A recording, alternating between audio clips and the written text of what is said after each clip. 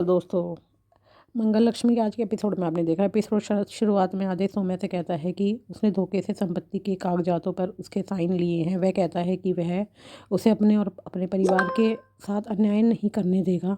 सौम्या उसके पैरों में गिरकर गिड़गिड़ाने का नाटक करती है, फिर अचानक कागजात छीन लेती है। वह कहती है कि उसे पता था कि वह कागजात लेने आया है, इसलिए उसने कुछ देर तक इस नाटक का आनंद लिया। वह कागजात फाड़ देती है और बताती है कि असली दस्तावेज उसके वकील के पास है। वह अपने वकील अमानी को बुलाती है। अमानी और उसका जूनियर आते हैं। सौम्या कहती है कि वह शहर का सबसे अच्छा वकील है जिससे वह आसानी से खर्च कर सकती है वह आगे कहती है कि उसने पहले ही मूल दस्तावेज उसे दे दिए हैं और उन पर दस्तावेजों के अनुसार आदित्य ने अपने साइन से अपने हस्ताक्षर से अपना घर और सारी संपत्ति और अपनी कानूनी पत्नी सौम्या के नाम कर दी है।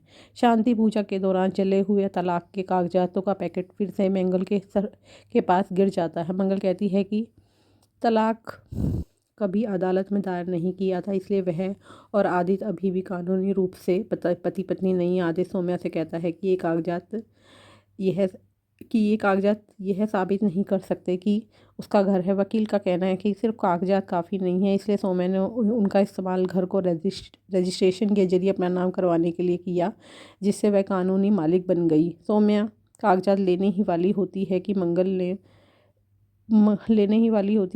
ने उसे रोक लिया। सौम्या ने पूछा कि मंगल यहाँ क्यों आई है। मंगल ने जवाब दिया कि घर उसका नहीं है। सौम्या ने मंगल का मजाक उड़ाते हुए कहा कि यह कानूनी मामला है, वह अनपढ़ होने के कारण इसे नहीं समझ पाएगी। उसने आगे कहा कि आदित्य ने घर संपत्ति और बैंक की सारी जमा पूंजी उसके नाम करवा दी है। सब कुछ आदित्य की पत्नी का है। मंगल ने पलटवार करते हुए कहा कि कानून के अनुसार सौम्या आदित्य की कानूनी पत्नी नहीं है। आदित्य और उसका परिवार जो वहाँ पहुँच गए थे, यह सब देखकर हैरान रह जाते। मंगल ने कहा कि आदित्य और उसका तलाक कभी हुआ ही नहीं था। आदित्य ने पूछा कि यह कैसे संभव है। मंगल ने समझाया कि तलाक का कागजात पर साइन तो हो गए थे, लेकिन वे अभी अदालत तक नहीं पहुँचे थे और ना ही कभी दाखिल किए गए थे। उसने सौम्या से पूछा कि क्या वह सही कह रही है। सौम्या को एहसास हुआ कि मंगल को सच्चाई पता चल गई है। सौम्या वकील से सवाल करती है, सौम्या आदित्य की कानूनी पत्नी कैसे बन गई, जबकि आदित्य का सौम्या से कभी कानूनी तलाक नहीं हुआ था।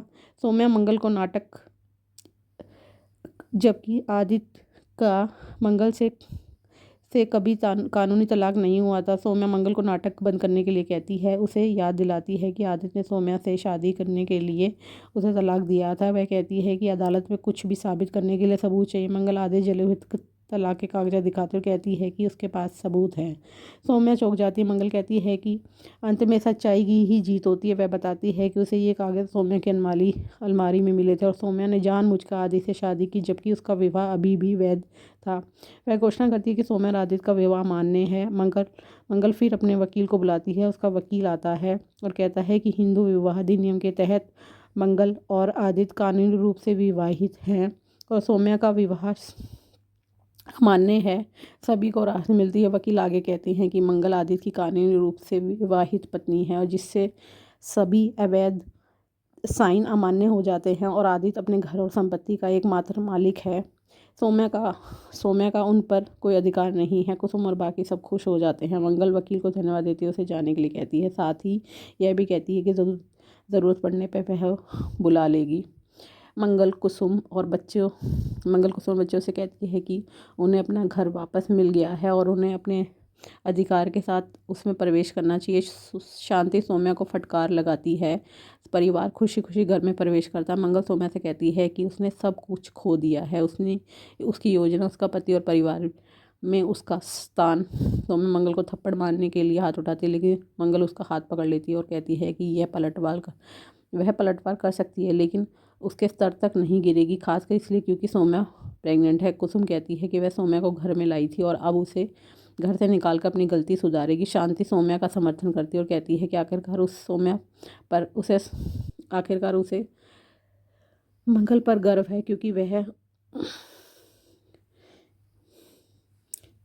वह उसका समाधान है। कुसुम सौम्या को बाहर निकालने ही वाली होती है, लेकिन मंगल उसे रोक लेती है। बच्चे पूछते हैं मंगल बुराई को बाहर निकालने से क्यों रोक रही है। मंगल समझाती है कि सौम्या आदित्य के बच्चे की माँ जन्म देने वाली है, उसके प्रसव तक घर में रहने देना चाहिए। आदित्य मंगल का समर्थन करते हुए कि सौम्या को दूर भेजने से बच्चे को नुकसान हो सकता है, इसलिए उसका यहीं रहना सुरक्षित है। बच्चा सौम्या को फटकार लगाते हैं और ईशानी कहती है कि वह उसकी मौजूदगी बर्दाश्त नहीं कर सकती। मंगल कहती है कि उन्हें 2 हफ्ते सौम्या को सहन करना होगा। अब आगे का एपिसोड जानने के लिए हमारे चैनल को लाइक और सब्सक्राइब कीजिए।